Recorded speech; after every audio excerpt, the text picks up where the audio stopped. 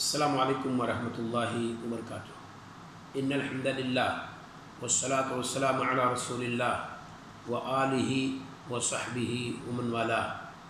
برادران اسلام اور اسلامی خواتین، یہ حلقات جو اس وقت ہم آپ کے گوش گزار کر رہے ہیں، جسے ناظرین و ناظرات کے سامنے ہم پیش کرنے کا شرف حاصل کر رہے ہیں، وہ دراصل محمد ابن عبد الوہاب رحمہ اللہ کی کتاب یا رسالہ کہیے الاصول الثلاثہ، اسی کو ہم سمجھنے کی ان حلقات میں کوشش کر رہے ہیں۔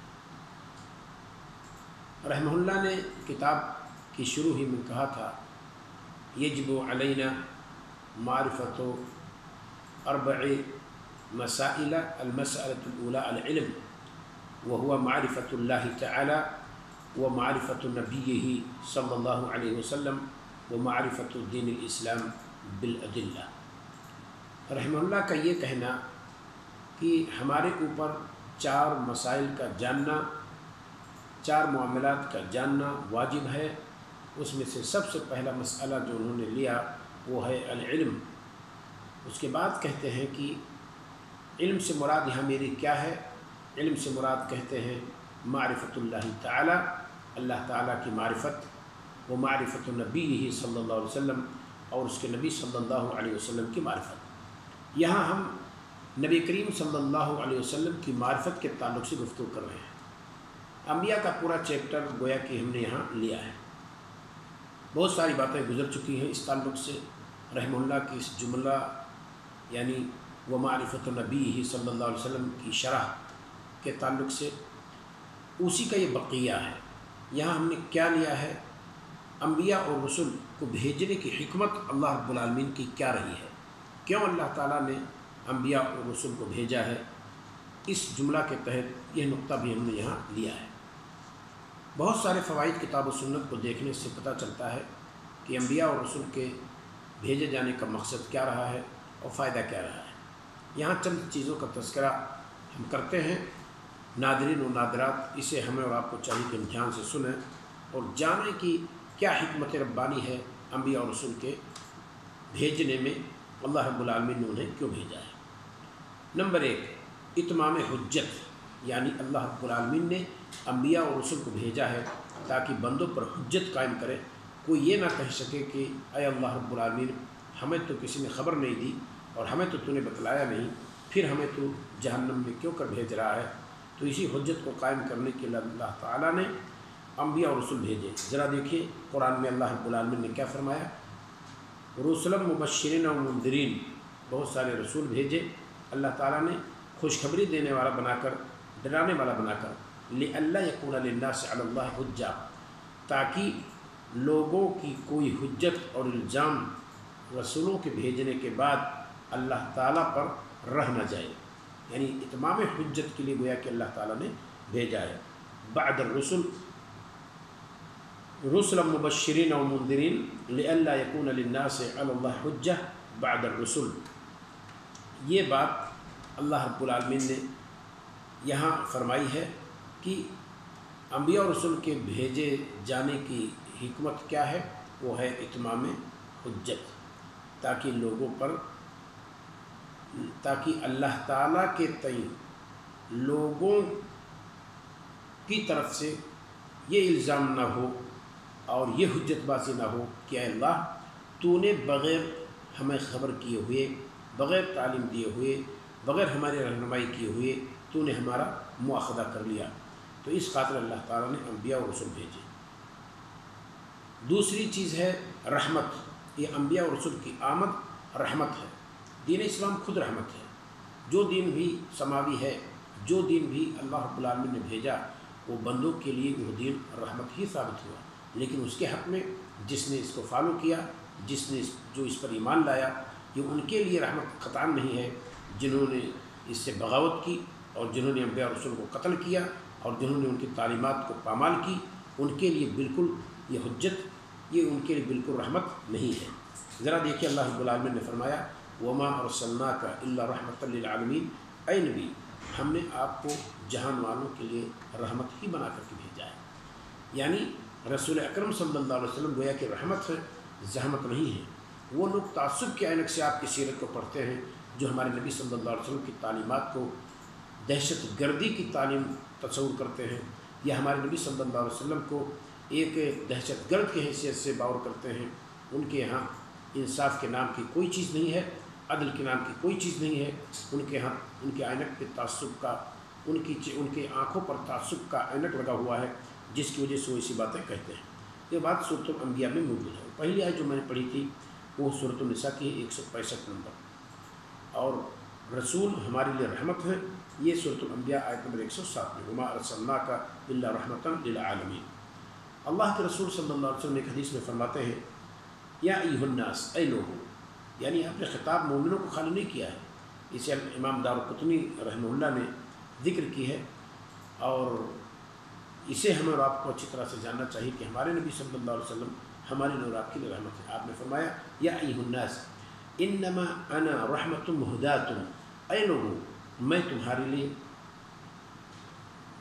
رحمت کا مجسمہ بن کر کے آیا ہوں، یعنی میں سراپا رحمت ہوں، و مہدات، اور ہدایت ہوں آپ لوگوں کے لیے، یا یہ کہہ لیجئے کہ جہان والوں کے لیے میں ہدیہ ہوں، ایک ہدیہ کے طور پر اللہ رب العالمین نے گویا کہ مجھے بھیجا ہے۔ دونوں معنی نکال سکتے، اس میں کوئی شک نہیں، میں رحمت مجسم بن کر آیا ہوں۔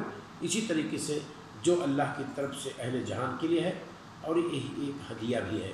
تو ہمارے نبی صلی اللہ علیہ وسلم نے فرمایا، انما انا رحمت مہدات، گویا کہ میں مجسم رحمت ہوں اور جہان والوں کے لیے ایک ہدیہ ہوں۔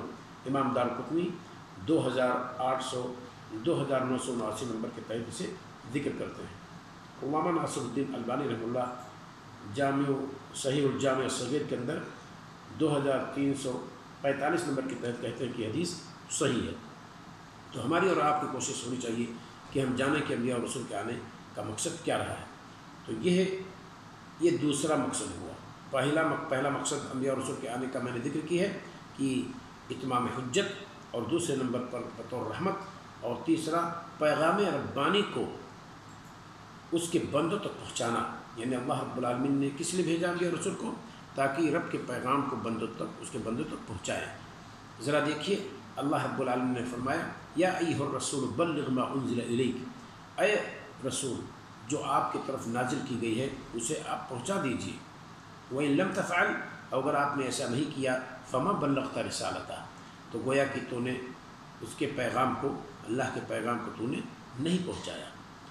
علامہ سعدی رحمہ اللہ فرماتے ہیں، هذا امر من اللہ لرسولہ محمد صلی اللہ علیہ وسلم، یہ اللہ رب العالمین کے نام، یہ اللہ رب العالمین کی طرف سے محمد صلی اللہ علیہ وسلم کے نام حکم ہے، بِأَعْظَمِ الْأَوَامِرِ وَأَجَلِّهَا، اور یہ سب سے اہم حکم ہے، آرڈر ہے اللہ رب العالمین کی طرف سے، وَهُوَ التَّبْلِيغُ لِمَا أَنزَلَ اللَّهُ إِلَيْهِ، اور وہ کیا ہے؟ پہنچانا اس چیز کا جو اللہ تعالیٰ نے نبی کریم صلی اللہ علیہ وسلم کی طرف نازل کی ہے۔ تو یہ ہے علامہ سعدی رحمہ اللہ تیسیر الکریم الرحمن فی تفسیر کلام المنان صفحہ 239 نمبر میں یہ بات انہوں نے کہی ہے۔ اسی طریقے سے نبی کریم صلی اللہ علیہ وسلم خطبہ دیتے ہوئے عرفات میں، منی میں، آپ نے فرمایا، الا هل بلغت، کیا میں نے پہنچا دیا ہے؟ قالوا نعم، لوگوں نے کہا ہاں آپ نے پہنچا دیا ہے۔ قال اللہم اشہد، اے اللہ تو ان پر گواہ رہا کہ آج یہ کہہ رہے ہیں کہ میں نے پہنچا دیا ہے۔ بعض روایات میں ہے کہ 3 بار آپ نے ایسا کہا، ثلاثاً، 3 بار، اللہم اشہد، اللہم اشہد، اللہم اشہد، اے اللہ تو ان پر گواہ رہا۔ اور صحابہ نے یہ بھی کہا، قد بلغت ونصحت الامہ یا رسول اللہ، اے اللہ کے رسول آپ نے پہنچا دیا ہے اور امت کے ساتھ بڑی خیر خواہی کا آپ نے مظاہرہ کیا ہے۔ یہ بھی صحابہ کرام نے نبی کریم صلی اللہ علیہ وسلم کے پوچھنے پر کہا۔ تو ہمارے نبی صلی اللہ علیہ وسلم نے پیغام ربانی کو پہنچا دیا، اس میں کوئی شک نہیں ہے۔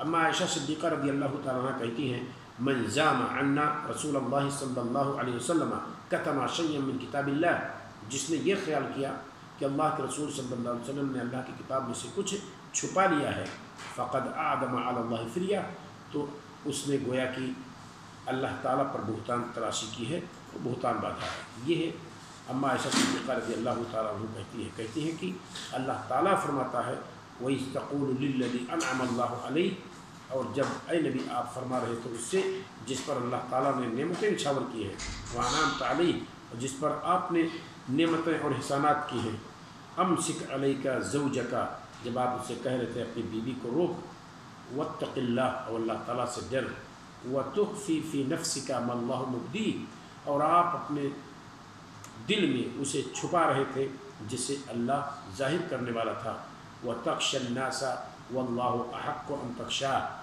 اور آپ لوگوں سے ڈر رہے تھے حالانکہ اللہ زیادہ حقدار ہے کہ آپ اللہ سے ڈریے۔ کہتی ہیں کہ اگر نبی صلی اللہ علیہ وسلم کو چھپانا ہوتا تو اس آیت کو چھپا لیتے، لیکن ہمارے نبی صلی اللہ علیہ وسلم نے امانت داری کے ساتھ جو چیز اللہ تعالیٰ نے آپ کی طرف نازل کی، آپ نے اسے لوگوں کو بتا دیا۔